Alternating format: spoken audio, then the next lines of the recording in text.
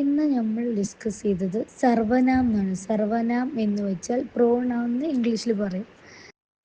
സർവനാം അറിയുന്നതിന് മുന്നേ നാമം അല്ലെങ്കിൽ നൗൺ, സംഖ്യ ഇതെന്താണെന്ന് അറിയണം. നാമം, നൗൺ, സംഖ്യ എന്ന് പറഞ്ഞാൽ ഒരു വ്യക്തിയുടെ പേരോ സ്ഥലമോ ഭാവമോ സാധനമോ അതിൻ്റെയൊക്കെ പേരിനെയാണ് നമ്മൾ എന്ത് പറയുന്നത്, നാമം അല്ലെങ്കിൽ നൗൺ, സംഖ്യ എന്നൊക്കെ പറയുന്നത്. ഇതേ സംഖ്യ അല്ലെങ്കിൽ ഇതേ നൗണിന് പകരം, ഫോർ എക്സാമ്പിൾ, നമ്മൾ രാജുവിനെ കുറിച്ചിട്ടാണ് ഒരു പാരഗ്രാഫ് മുഴുവനും പറയണമെങ്കിൽ രാജു ഒരു ആൺകുട്ടിയാണ്, രാജുയുടെ അച്ഛൻ്റെ പേര് ഡാഷാണ്. ഈ രാജു രാജു എന്ന് ഉപയോഗിക്കുന്നതിന് പകരം നമ്മൾ എന്ത് ചെയ്യും, രാജു ഒരു ആൺകുട്ടിയാണ്, അവൻ്റെ അച്ഛൻ്റെ പേര്, അവിടെ എന്തായി, രാജു എന്ന സ്ഥാനത്ത് അവൻ ഉപയോഗിച്ചു അല്ലേ.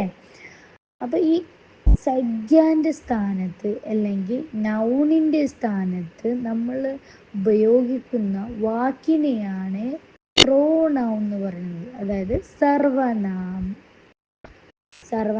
അല്ലെങ്കിൽ സർവനാമം, ഹിന്ദി മലയാളത്തിൽ നമ്മൾ സർവനാമം എന്ന് പറയും.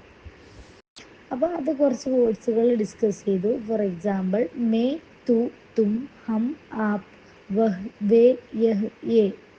ഇവിടെ മേ എന്ന് വെച്ചാൽ ഐ, ഞാൻ, തു, യു, നീ, തും, യുവർ, നിങ്ങൾ, ഹം, വി, ഞങ്ങൾ,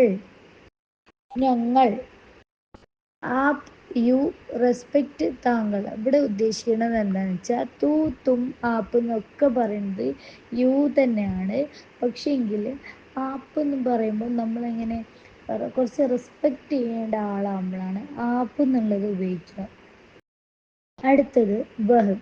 വഹ് എന്ന് പറഞ്ഞാൽ കുറച്ച് ദൂരെ ഒരു പുരുഷൻ നിൽക്കുന്നുണ്ടെങ്കിൽ, ഒരു സാധനം ഉണ്ടെങ്കിൽ, അല്ലെങ്കിൽ ഒരു സ്ത്രീ ആണെങ്കിൽ നമ്മൾ അവിടെയാണ് വഹ് കുറച്ച് ദൂരെ ഉള്ളതിന് വഹ് ഉപയോഗിക്കുന്നത്. ഫോർ എക്സാമ്പിൾ, വഹിൻ്റെ മീനിങ് വരുന്നത് ദാറ്റ്, ഈ, ഷീ, ഇറ്റ്. അവിടെ എന്താ വെച്ചാൽ ആ സ്ത്രീ, ആ പുരുഷൻ, ആ സാധനം എവിടെയാണ്, കുറച്ച് ദൂരെയാണ്.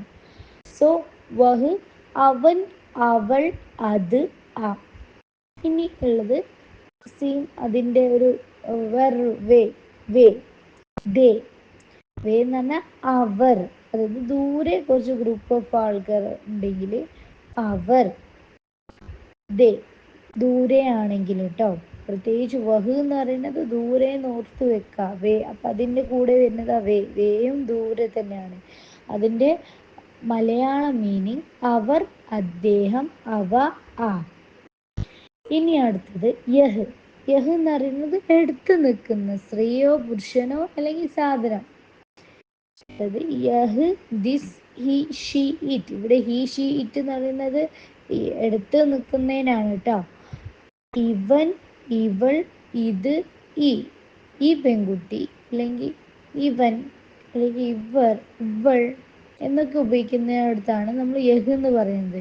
ഇനി ഇതേ സംഭവം ഗ്രൂപ്പ് ഓഫ് പീപ്പിൾ അല്ലെങ്കിൽ ഒരു ഗ്രൂപ്പ് ഉണ്ടെങ്കിൽ ദേ, നിയർ.